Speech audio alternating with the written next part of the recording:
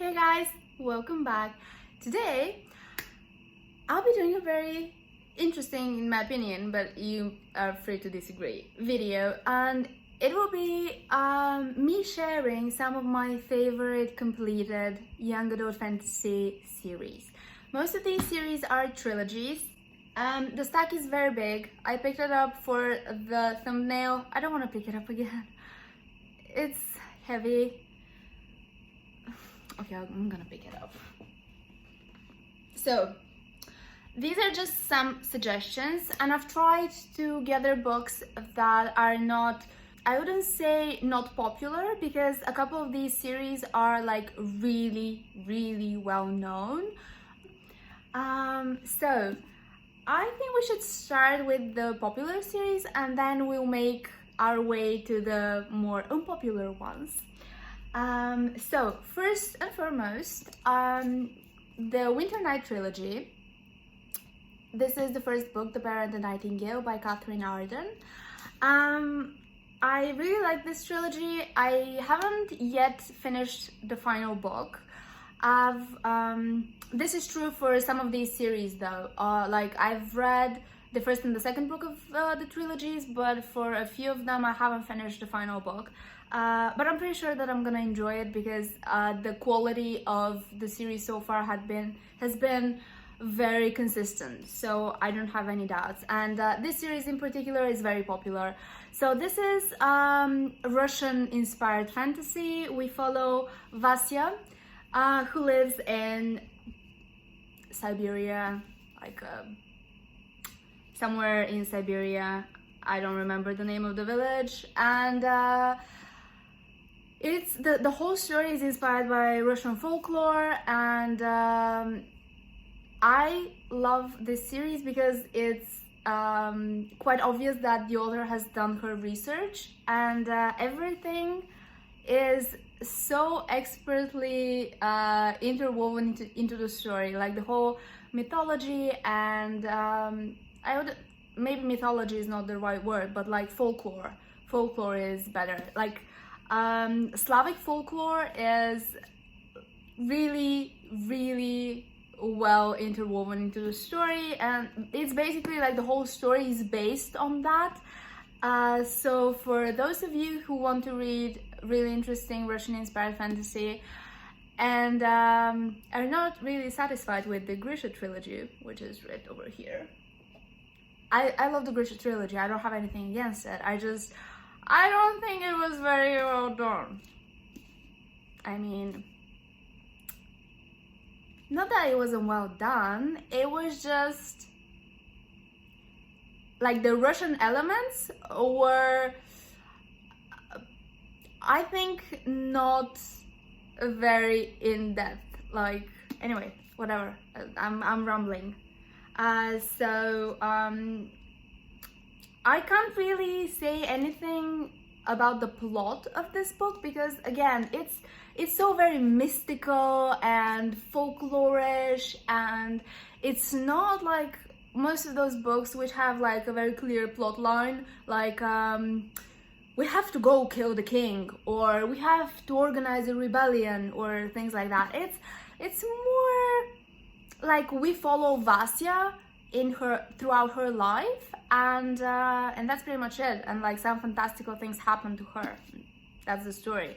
It's amazing. I recommend it. Next up, let's see which. Okay, so I'm gonna cheat, and I'm gonna recommend something which is extremely popular and pretty much everyone's heard of it. But I promise this is like the most popular book here, and after that we're gonna like jump into a little more like obscure reads. But this is Lady Midnight, and I know that like everyone's read Cassie Clare and either adores her works or hates her works, but in my opinion, this series, The Dark Artifices, is like her best completed series so far. I absolutely adored it. It's modern day, so if you've read her works, you know that she jumps back and forth from like the Shadowhunters in modern day and Shadowhunters back in like Victorian times and then Edwardian times. The most recent books is in Edwardian London. But this one is modern day LA, and it follows a pair of Parabatai who, for those of you who don't know, are a pair of shadow hunters who have sworn to protect each other. But the problem is that Parabatai cannot have romantic feelings toward each other because something terrible happens. I'm not gonna spoil what happens, but like it's forbidden and there's a reason why it's forbidden, and our Parabatai here fall in love, and action ensues from there.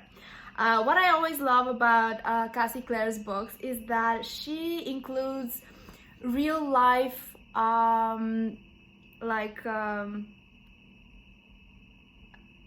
works in her books. Like for example, this is heavily based on the poem Annabel Lee by Edgar Allan Poe, and with every book, like she has I think Chain of Gold had epitaphs from A Tale of Two Cities, if I'm not mistaken. I have to check, but like I always learn something when I read Cassie Clare's books. I mean, I learn something about classical literature, which I don't mean to say that I don't read classical literature. I do from time to time, but it's more likely that I'll pick something like this up instead of like A Tale of Two Cities. So I'm glad. Thank you, Cassie, for educating me a little while I'm having fun. So I absolutely love the characters in this series. I think Julian Blackthorne is one of the best morally grey characters that we've ever seen in YA.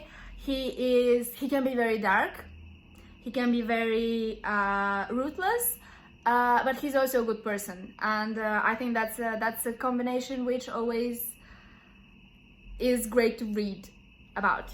And so I recommend Lady Midnight and the whole Dark Artifices series. Okay, so next up we have Ace of Shades by Amanda Foody. And I stumbled upon this trilogy just a few months back. Sometimes it's compared to Six of Crows, and it has nothing to do with Six of Crows besides the fact that this is set in a city that's heavily based on Las Vegas. So there's a lot of gambling and a lot of like gangsters and stuff like that. So I think that's why people compare it to Six of Crows. But apart from that, there's literally nothing in common between the two series.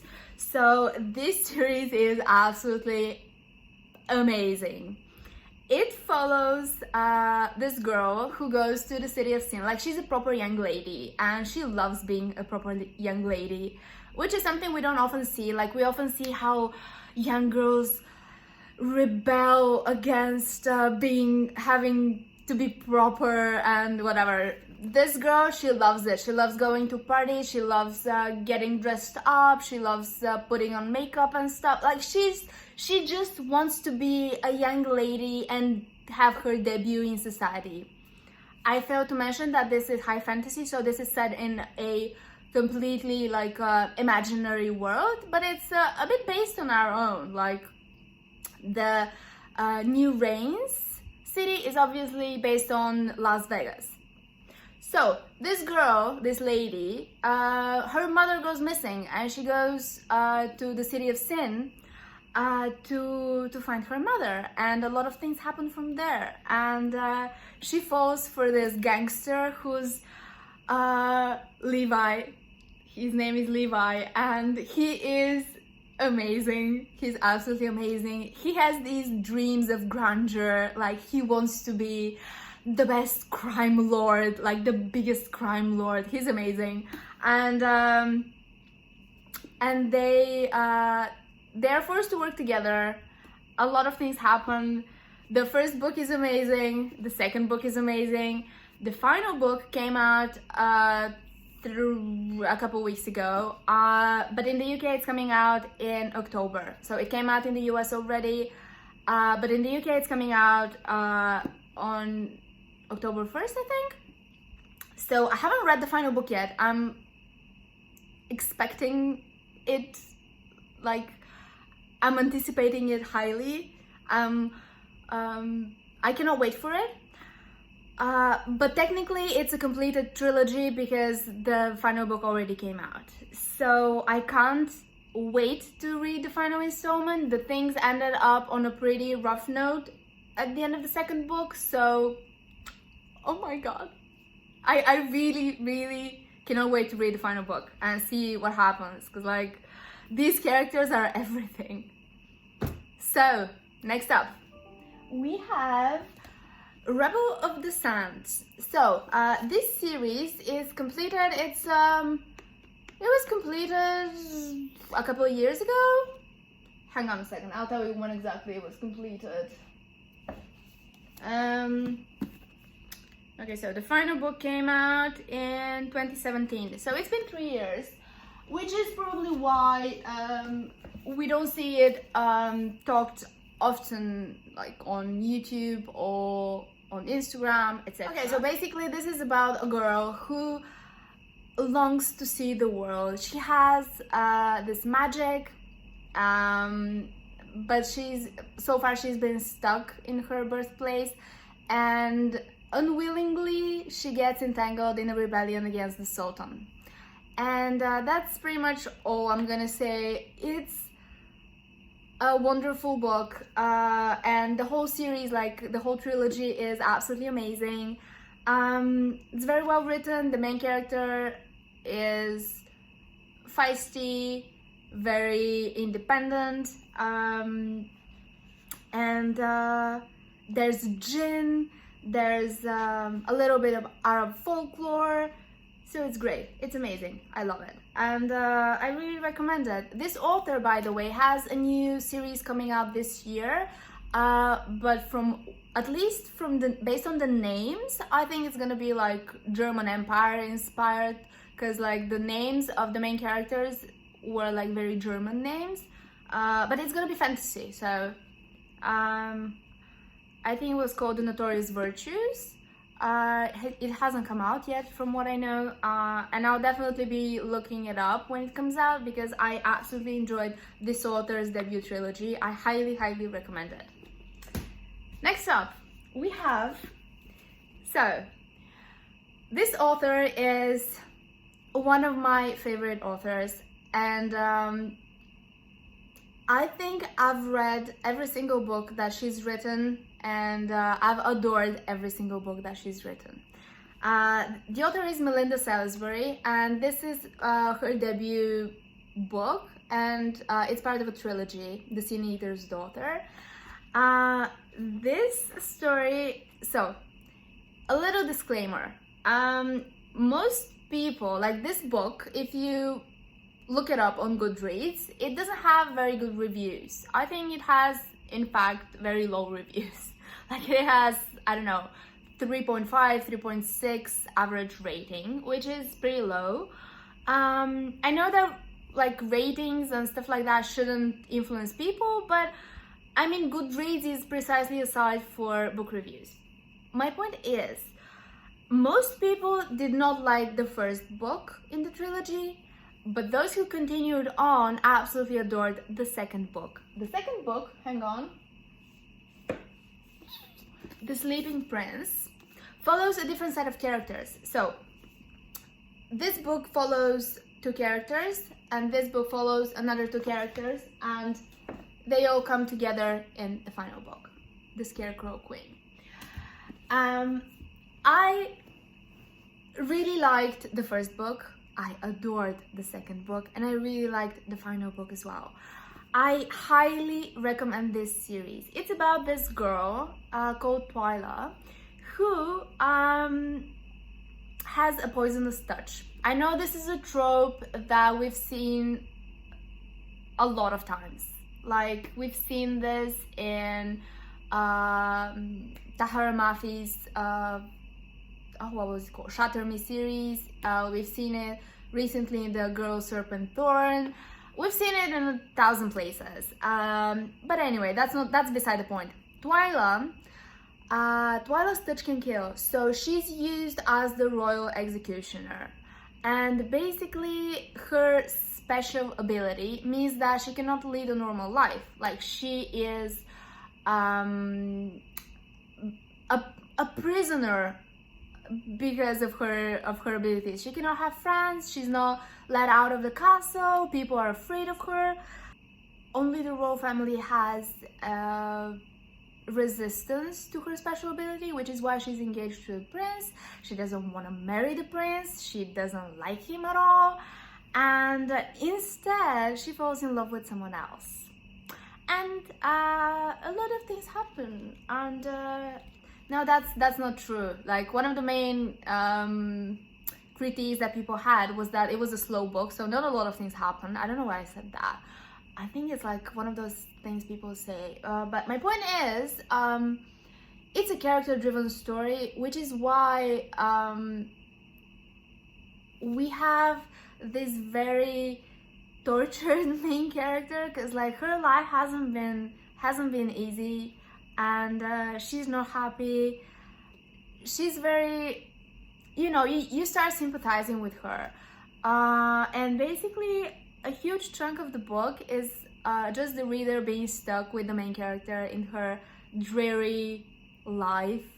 And this was the whole point. Like, I understand why people didn't enjoy this book as much, because it's not action-packed and not a lot of things happen. I really recommend this series, you guys. It's amazing. Even if for some reason you're not really a huge fan of this book, I guarantee the second book, The Sleeping Prince, is gonna blow your mind. Like, this book, because the characters in this book, they're very different from the characters in this one. So the characters in this book, there is mystery, there is romance, there is everything.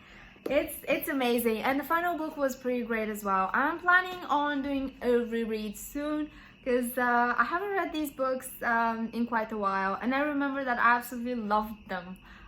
Absolutely loved them. This author has another duology that's finished, and she has a standalone that she published earlier this year, which quite honestly is one of the best books I've ever read. It's called Hold Back the Tide, and it's low fantasy, set in our world. It doesn't say when, but I'd say maybe like 19th century Scotland, and it's great. It's absolutely great. I'm definitely gonna talk about it more in another video where I talk about standalones, but I'm not gonna talk more about this series. I highly recommend it. Next up we have A Dance of Thieves, and this is a duology by Mary E. Pearson. It's set in the same world as the Remnant Chronicles, which is widely popular, but I don't know, I haven't seen a lot of people talk about this duology, which is why I'm recommending it. It's already finished. I don't have the second book on paper, because I listened to both the first and the second book on audio. The audio was amazing, like the narrators were great. So this is again set in the same world as the Remnant Chronicles, but it follows different characters than the original trilogy. We have a thief, we have well, he's not we have the leader of a tribe, let's say, who's trying to do the best for his people, and the thief comes and she's on a quest. She needs to find these criminals on behalf of her queen, but the leader of the tribe has some secrets, and they collide, and both of them get entangled in a bigger conspiracy than they had imagined. And it's an enemies to lovers romance, which is my favorite trope ever. And as always, Mary Pearson writes extremely beautiful prose. So this book and the continuation, like the second book of the duology, is just beautifully written. It's expertly, like the plot is expertly woven, the characters are well developed, and it's just a very interesting story, and it's only 2 books and it's already finished.